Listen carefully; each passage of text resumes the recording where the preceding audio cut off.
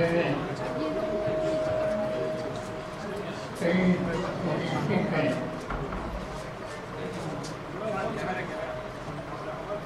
एक nominee centre process शुरू हुई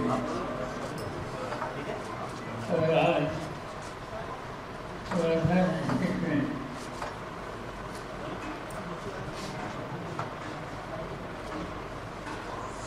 जिसमें नई ऑर्गेनाइजेशन हुई इंडिया की तरफ से वर्धा में ये अमर खाए इनका नॉमिनेशन था। अमर खाए जी के बारे में ज़्यादा बोलने की आवश्यकता नहीं। महाराष्ट्र की विधानसभा में 3 बार विधायक रहे। इनके पिताजी महाराष्ट्र के गवर्नर थे। एक जमाने में हेल्थ मिनिस्टर थे। मेरा खुद का जो मंत्रिमंडल था इसमें वो मंत्री थे। अब इनके नॉमिनेशन के लिए मैं आया हूँ। यवतमाल में भी नॉमिनेशन की प्रोसेस थी और वहाँ उद्धव ठाकरे के नेतृत्व पर शिवसेना का नॉमिनेशन वर्धा का नॉमिनेशन और जो इन्फॉर्मेशन मेरे पास यवतमाल के नॉमिनेशन के हैं। मैंने कई नॉमिनेशन की प्रोसेस लिखी है और जिस तरह से आम जनता का रिस्पॉन्स चाहे वर्धा हो या यवतमाल हो, मैंने कभी इससे पहले लिखा नहीं था, सुना नहीं था। इससे एक बात साफ होती है कि एक बदलाव की भावना आम लोगों में बढ़ रही है और उसका दर्शन आज वर्धा में मुझे देखने के लिए मिला। मैं कुछ ज़्यादा बोलने के लिए यहाँ बैठा है। आपको जो कुछ सवाल पूछने हो तो जरूर आप पूछ सकते। एक ही शिक्षा है,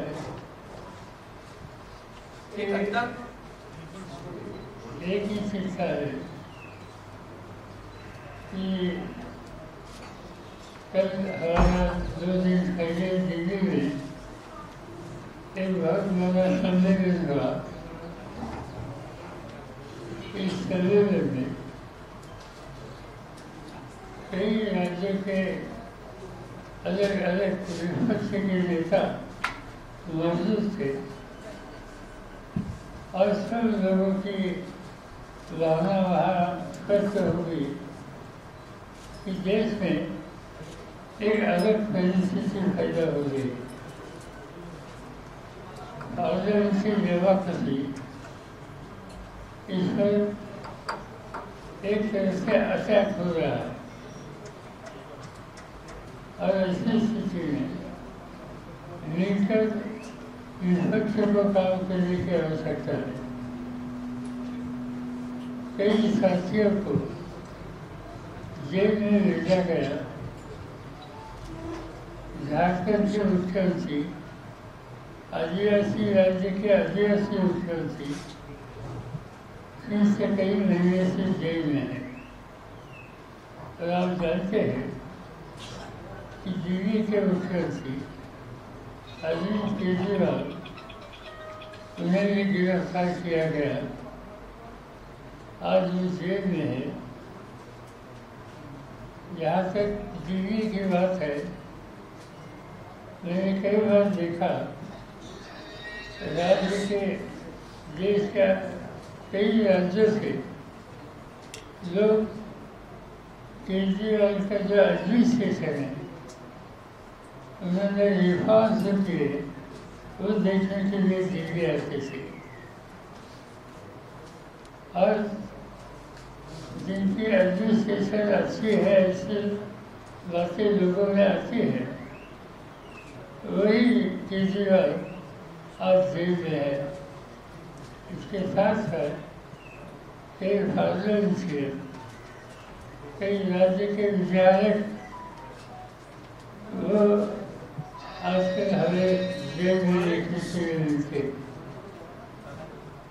इससे एक स्थिति देखने पैदा हो गई है कि पार्लियामेंट की जगह से हो कि देश की संविधान हो, इसके ऊपर आज अटैक हो रहा है। और ये स्थिति देखने के बाद हमें मिलकर काम करना होगा। और ये जो स्थिति पैदा करने वाली विचारधारा है, उनके खिलाफ हमें एक होकर आगे काम करने की आवश्यकता है।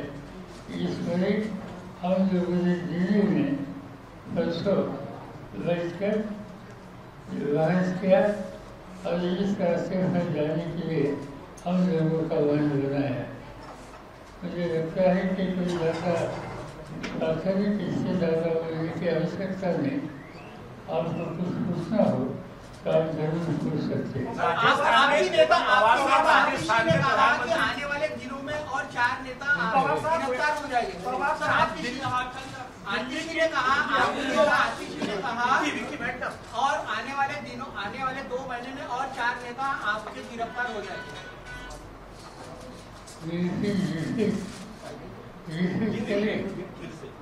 आतिशी ने कहा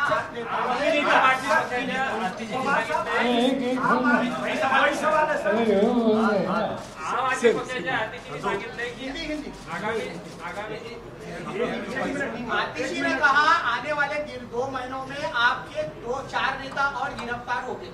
हो सकता है क्योंकि दिल्ली सरकार ये उनका जो परफॉर्मेंस है ये मोदी सरकार को पसंद नहीं, ये बात दिखाई देती है।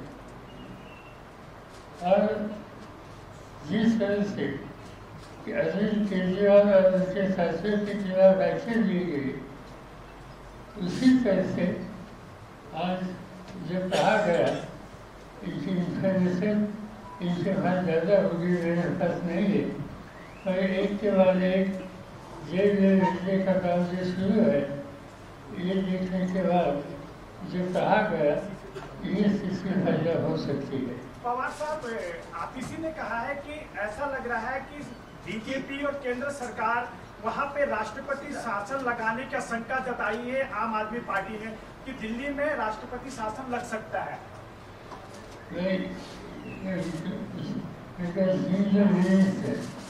दिल्ली गवर्नमेंट के प्रतिनिधि है, उससे ज़्यादा उत्तर बारे में होगी।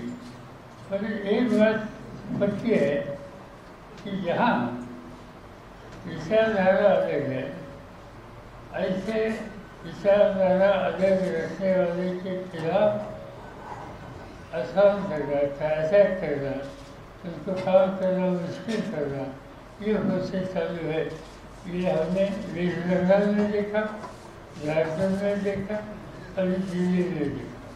राजस्थान में प्रधानमंत्री मोदी ने आज कहा है कि जो इंडिया गठबंधन है वो भ्रष्टाचारियों का और परिवारवाद का पूरा अड्डा बना हुआ है। प्रधानमंत्री किस तरह से बातें करते हैं इस पर बहस करना मुश्किल है। Person who occupied highest position of the country, at least there has to be some control on his head. जिस तरह से वो कहते हैं, जगह जगह पर कहते हैं, भ्रष्टाचार के खिलाफ बोलते हैं। जरूर भ्रष्टाचार के खिलाफ बोलने में कोई गलती होगी, किसी ने की होगी तो कर सकते।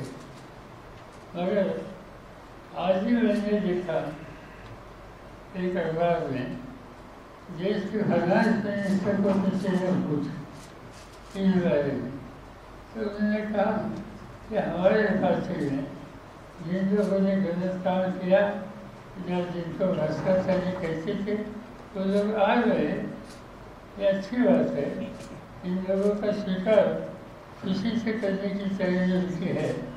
इससे बात साबित होती है कि बातें एक करते हैं और अमल दूसरी तरह से करते हैं। महाराष्ट्र का एग्जाम्पल हमने देखा था कि प्रधानमंत्री ने भोपाल में जाकर एक स्टेटमेंट किया था महाराष्ट्र के बारे में और मेरे पार्टी के बारे में, और उन्होंने कहा था कि इस राज्य में स्टेट कोऑपरेटिव बैंक हो या इरिगेशन डिपार्टमेंट हो, इसमें जिन लोगों ने गलत काम किए हैं इनकी हम थोड़ा इंक्वायरी करके सबक सिखाएंगे। ये स्टेटमेंट प्राइम मिनिस्टर का, तो इससे क्या सबक सिखाया आप ढूंढेंगे तो आपको ज़्यादा इंफॉर्मेशन मिलेगी। सर ये आपको सर आप देश में अघोषित इमरजेंसी लगी है क्या, ऐसा अपोजिशन लीडर्स को लगता है? क्योंकि इसमें ईसी कमीशन में 2 मेंबर्स बिना किसी के कंसेंसस से अपॉइंट किए गए, बैंक अकाउंट फ्रीज किए गए, सीएम किससे कई बातें बता सकती है कि अनडिक्लेयर्ड इमरजेंसी आज देश में हम देखते हैं, चाहे मेजर 2-3 डिसीजन आजकल जो लिए गए कि जहाँ जिस ऑर्गेनाइजेशन में चीफ जस्टिस ऑफ इंडिया वाज also one of the associate, कानून बदलने के बाद उनको वहाँ से निकाला गया। कोर्ट ने इसके खिलाफ डिसीजन लेने के बाद फिर एडमिनिस्ट्रेटिव ऑर्डर निकाल कर फिर जो उन्हें चाहे वो उन्होंने वहाँ किया। ऐसे कई बातें हैं कि जो बता सकते हैं इसके बाद साहब ये इंस्टीट्यूशन है, ये इंस्टीट्यूशन पर हमला हो रहा है और ये देश के लिए शिक्षाजनक बात है। एक गवर्नमेंट है रूलिंग पार्टी में हेगले नाम के एक सदस्य थे, और उनका चरित्र मैंने बंगलोर में पढ़ा कि इस चुनाव में मोदी जी को 2/3 आप बहुमत दे दो क्योंकि हमें संविधान में सुधार करना है। तो संविधान में सुधार करने के बाद केंद्र सरकार में एक एवज पब्लिकली करते हैं, इसके बाद साबित होती है कि हम जैसे लोगों को एक कॉन्स्टिट्यूशन पर एहसान करने की प्रोसेस आज शुरू हुई है। की अनडिक्लेयर्ड इमरजेंसी शायद उसका सामना हम सब लोगों को करना पडेगा। पवारसाहेब आढळराव पाटलांनी आमोद कोल्हेंवर टीका करताना असं म्हटलं आहे की शरद पवार साहेबांच्या नावावर मत मागण्याचे दिवस आता गेले। ते मंचरमध्ये बोलत होते कार्यक्रम। चांगली गोष्ट आहे, त्या मतदारसंघाचं इलेक्शन होईल, मतदान होईल आणि मतदान झाल्याच्या नंतर रिझल्ट येईल। तो रिझल्ट बघितल्याच्या नंतर डॉक्टर अमोल कोल्हे मोठ्या मताने विजय होतील आणि त्याच्यातून वस्तुस्थिती काय ही सगळ्यांच्या समोर येईल। पवार साहेब ऑलमोस्ट पिक्चर क्लिअर झालेला आहे। पवार साहेब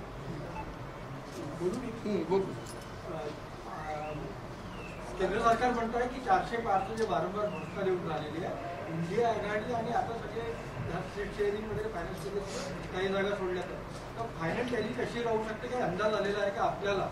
आणि ज्योतिषाने ह्या बरोबर आहे पण प्रेडिक्ट मला हे स्वच्छ दिसतंय की लोकांचा मूळ बदललेला आहे, लोकांचा मूळ मोदींच्या विरोधी आहे। मतदान मोदींना अनुकूल होईल असं दिसत नाही। मला एक्झॅक्टली तुम्हाला सगळे विचारलं तर सगळे भाजपमध्ये आहेत, त्यामुळे ते उद्या काय होणार आहे ते सांगत असतात। मग 400, 390, 450 वगैरे वगैरे तर ते ज्ञान त्यांच्याकडे आहे, आमच्याकडे नाही। पवार साहब, दिल्ली का जो शराब घोटाला है उसमें संजय सिंह जो सांसद है उनको आज जमानत मिली है, सुप्रीम कोर्ट ने जमानत दी है उनको, ईडी ने उनकी जमानत का विरोध नहीं किया। तो अब कहा जा रहा है कि ये जो शराब घोटाला एक तरीके से खड़ा किया गया था और उसमें कोई दम नहीं है, आप कैसा देखते हैं? मुझे मालूम नहीं, आज इसको छोड़ दिया। हाँ, जमानत मिली, संजय सिंह। अच्छी बात है कि मैं राज्यसभा का सदस्य हूँ और मेरे सदन में जो है सर्वोच्च सदस्य है, मेरे साथ बैठे हैं, मैं उनको अच्छे से नहीं जानता था। हमें अच्छे से लगा जिस तरह से उन्हें अरेस्ट किया गया, एक तरह के उनके ऊपर अन्याय था। ये अच्छी बात है कि उनको आज छोड़ दिया। इससे आगे क्या सच्चाई है उस देश के सामने आएगा। पवार साहेब, वंचित बहुजन आघाडीचे नेते प्रकाश आंबेडकर महाविकास आघाडीमध्ये सामील नाही आहे, अशा वेळी 2019ची पुनरावृत्ती 2024 मध्ये होण्याची शक्यता आहे।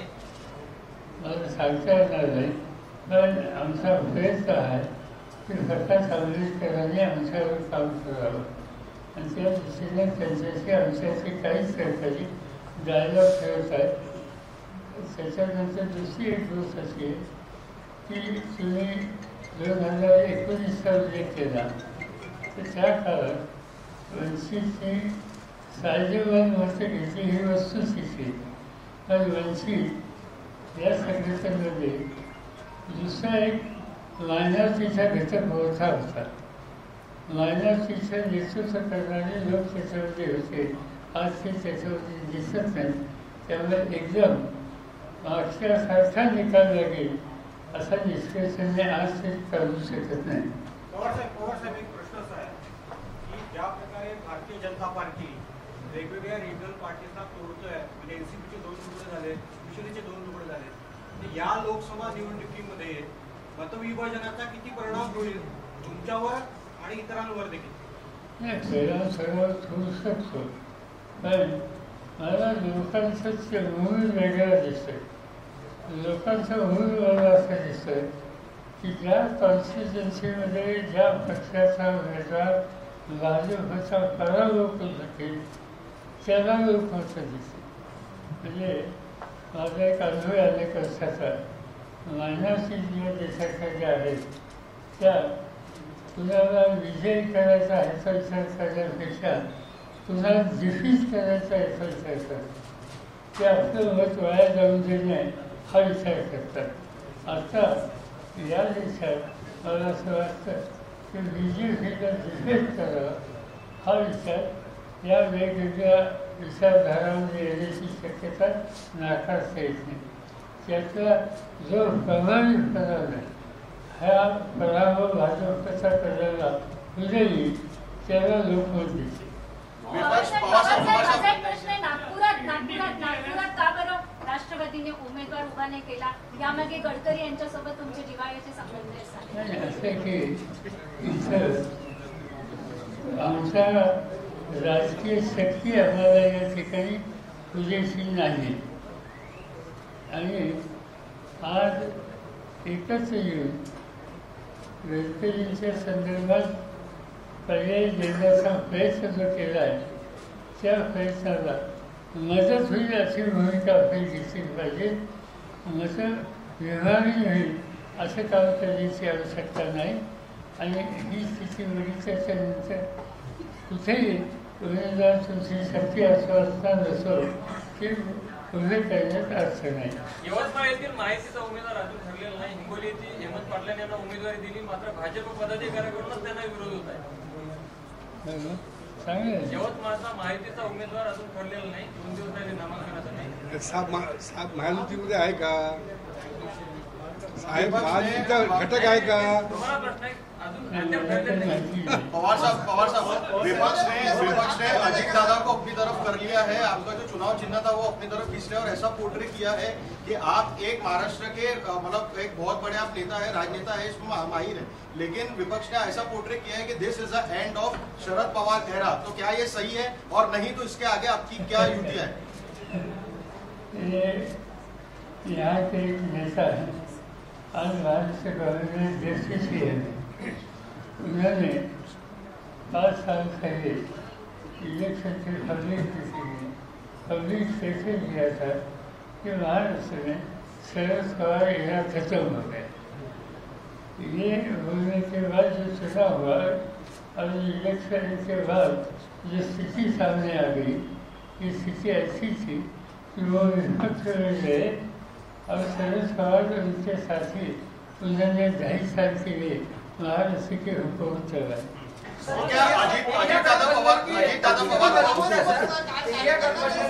कितनी मजबूत है, इसका कितना असर होगा और आने वाले समय में इसमें सेल नहीं लगी तो उसके लिए क्या है? इंडिया गठबंधन में सभी साथियों में एक फीलिंग पड़ता है कि मिलकर काम करना होगा, मिलकर लोगों का अल्टरनेटिव देना होगा और जल्दी से जल्दी ये प्रोसेस को गतिमान करना और ये काम फिर हम ले गए। सातारा की आपकी विनिंग सीट है। 2014 में भी विरोधी आपसे जीत नहीं पाए, 2019 में भी आपसे जीत नहीं पाए, लेकिन इस बार आपके पास वहाँ कैंडिडेट नहीं है, आप अदला बदली करने जा रहे हैं कांग्रेस के साथ में, ऐसा विरोधी आप पे आरोप लगा रहे हैं, क्या कहना चाहिए? बात ऐसी है कि सातारा की सीट हम लोग 100% जीते। वहाँ कौन कैंडिडेट करना चाहिए, इसमें ऑफिस में हमारी बात चालू है। हम सोच रहे हैं कि राष्ट्रवादी के पास 3 अच्छे कैंडिडेट थे, कांग्रेस के पास 1-2 अच्छे कैंडिडेट थे। एक बार मिलकर आगे जाने की बात हम करते हैं तो जो प्रभावी कैंडिडेट होगा इस बारे में सोचने की आवश्यकता हमें लगती है और ये प्रोसेस हमने शुरू की है। राष्ट्रवादी सेवादल आपल्यासोबत कार्य करणार आहे का सर? राष्ट्रवादी सेवादल आपल्यासोबत कार्य करणार आहे का, साथ देणार आहे का? राष्ट्रवादी सेवादल जे एक आपली टीम आहे ते आपल्यासोबत कार्य करणार आहे का? आमच्या पक्षाचे कार्यकर्ते सगळे काम करणार।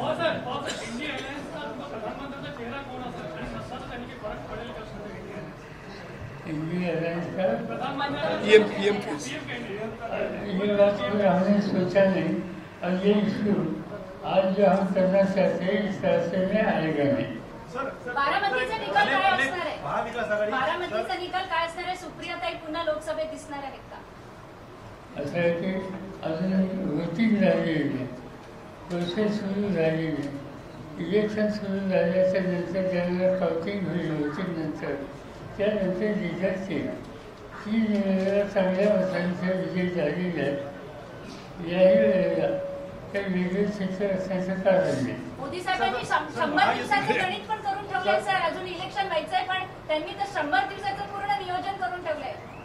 मोदी साहेब हुशार आहेत सगळ्या गोष्टी, ते सगळं करू शकतात पण वास्तव चित्र बघायला मिळेल।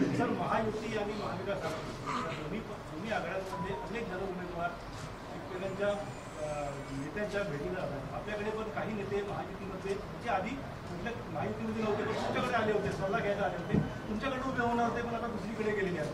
तुम्हाला वाटतं ते तुमचा सल्ला घ्यायला आले की ते महादेव जानकरच्या संदर्भात संमती घ्यायला आले? असं आहे की त्यांची माझी चर्चा जरूर झाली आणि त्याचं कारण राज्यामध्ये शेफर टुरिस्टी धनगर हा एक महत्त्वाचा सेक्शन आहे आणि माझी इच्छा होती की महाराष्ट्राच्या वतीनं संसदेमध्ये जे लोक जातात त्याच्यात अलीकडच्या काही वर्षात धनगर समाजाला एकदाही संधी मिळालेली नाही आणि त्यामुळे अशा समाजाला संधी मिळण्याची आवश्यकता आहे आणि ते मी जाहीर करायला बोलण्याच्या नंतर माझे नंतर मला भेटले, त्यांनी या माझ्या भूमिकेचं स्वागत केलं आणि माझ्याशी ते चर्चाही करत होते पण त्यांनी दुसरीकडचा निर्णय घेतला हा त्यांचा अधिकार आहे, त्याच्यापेक्षा जास्त काही भाषा करता येत नाही की आमच्या पक्षात नव्हते।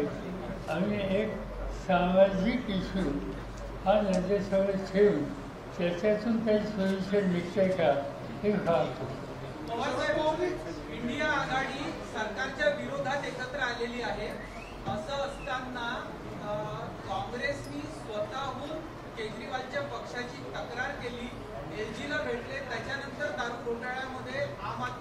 राज्याचे लोक अडकले असा आरोप केरळच्या मुख्यमंत्र्यांनी केला आहे. जर हा विसंवाद इंडिया आघाडीमध्ये असेल तर सरकारचा कसा विरोध करणार आहे? असं आहे की हे जे तुम्ही सांगताय दिल्ली हे आम्ही एकत्र यायचं ठरवण्याच्या आधीची गोष्ट आहे. असं तुम्ही काल बघितलं केजरीवालच्या अटकेच्या प्रश्नावर काँग्रेस असो, डावे असो, काही लोक असो, सगळे एकत्र आले. त्या दाराशिवाय केजरीवालची श्रीमतीजींनी सुद्धा भाषण केलेलं होतं. तुम्ही जे प्रश्न विचारताय तो त्या पूर्वीच्या काळाच्या गोष्टी आज त्याच्यावर नाही. आणि केरळाचा जर विचार केला तर केरळची स्थिती आणि बाकीच्या राज्याच्या स्थिती याच्यात फरक आहे. केरळमध्ये आज डाव्यांचे सरकार आहे. त्या डाव्यांच्या सरकारमध्ये माझ्या पक्षाचा एक मिनिस्टर आहे ते आणि काँग्रेस यांच्यात तिथे संघर्ष आहे. पण नॅशनल लेवलचे इश्यू ज्यावेळी येतात त्यावेळी केंद्र गव्हर्नमेंट आम्हा सगळ्यांच्या नॅशनल लेवलच्या इश्यूची जी लाईन आहे त्याच्याशी सुसंगत लाईन घेतात. प्रश्न थोडा मोठा आहे. सकाळी विकास ठाकरे आपल्याला भेटले. प्रश्न थोडा मोठा आहे. म्हटलं विकास ठाकरे सकाळी आपल्याला भेटले, त्यांना आपण काय कानमंत्र दिला निवडणुकी संदर्भात? कारण की 5 वर्षापूर्वी जी इमामबाड्यामध्ये आपली सभा झाली तिथून नागपूरचे तत्कालीन मुख्यमंत्री आणि आपला वादविवाद तिथला सुरू झाला. म्हणजे त्यांनी तुम्ही बोलले, मग त्यांनी आरोप आणि मागच्या वर्षी आपण इथे आमरसाच्या पाहुणचारासाठी गेलो ते गडकरींकडे. तर यावेळेस त्यांच्याबद्दल आपली काय भूमिका? नाही असं आहे की ही जर कोणाची काही गरज नाही. प्रश्न असा आहे की इथं आम्हाला BJPचे विरुद्ध जे संघटन आहे त्या संघटनेने दिलेला उमेदवार निवडून यावा अशी आमची इच्छा आहे. आगे आने वाले समय में अजीत दादा पवार, शरद पवार और पुरानी एनसीपी को देखने का कुछ है मामला कि नहीं है? जब BJP के साथ जाते हैं उसका रास्ता हमारे लिए अलग करना चाहिए. सर अभी ये 2024 में पूरे भारत देश में ईवीएम का विरोध हो रहा है. इसमें आपका विरोध है क्या ईवीएम मशीन में? ईवीएम से होना चाहिए या बैलेट पेपर से? हम सब लोगों ने एक कम्युनिकेशन इलेक्शन कमीशन को भेजा था डिजिटल, और इसमें यह वोटिंग सिस्टम जो है इसमें सुधार करने की या बदल करने की आवश्यकता है. आज दुनिया में चाहे अमेरिका हो, जापान हो, अभी बांग्लादेश हो, इस सभी देशों में अपनी पुरानी वोटिंग की जो सिस्टम है इस पर वो अमल करते हैं. वही यहाँ करने की आवश्यकता है. ईवीएम के बारे में लोगों के मन में आशंका पैदा हुई है.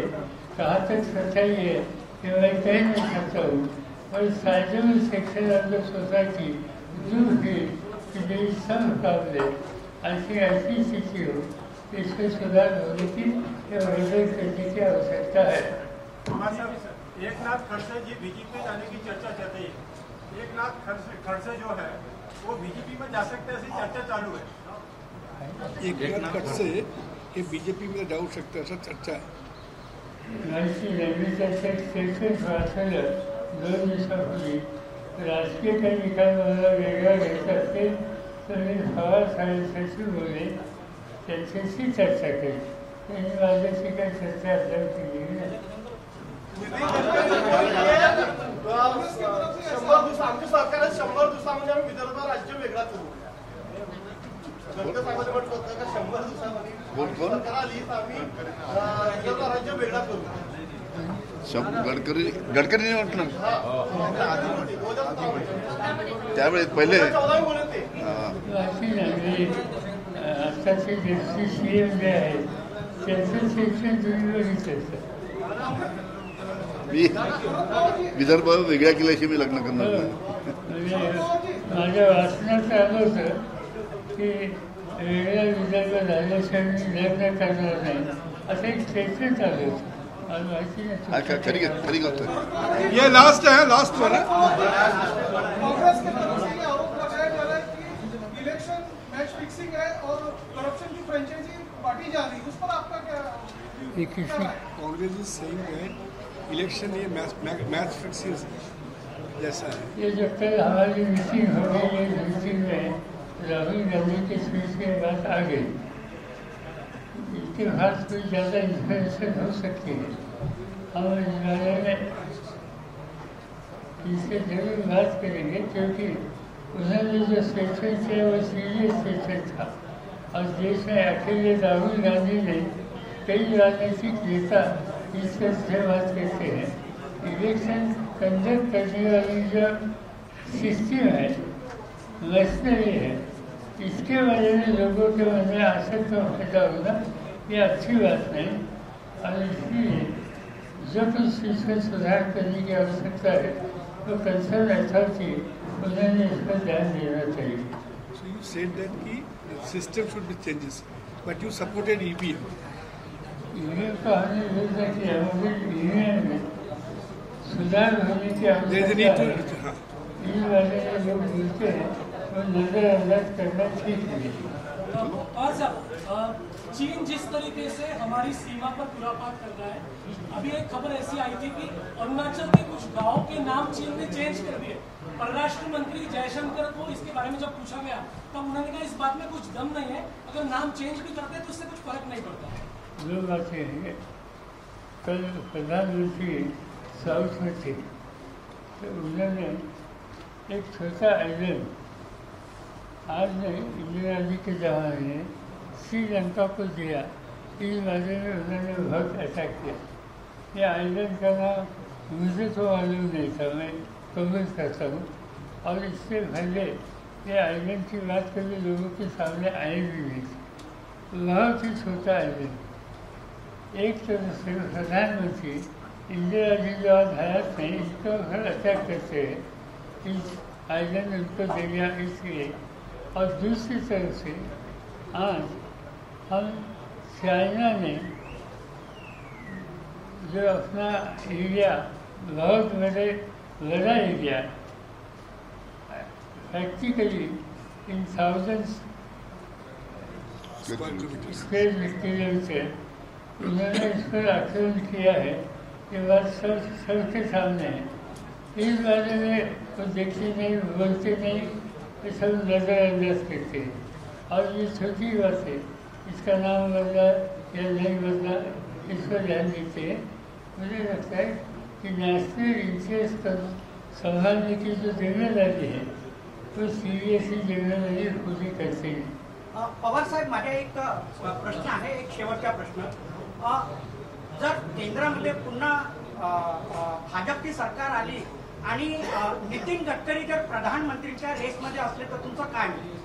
अच्छा, रेसमध्ये असलं तर हा खरा होण्याचा प्रश्न नरेंद्र मोदींना विचारला पाहिजे।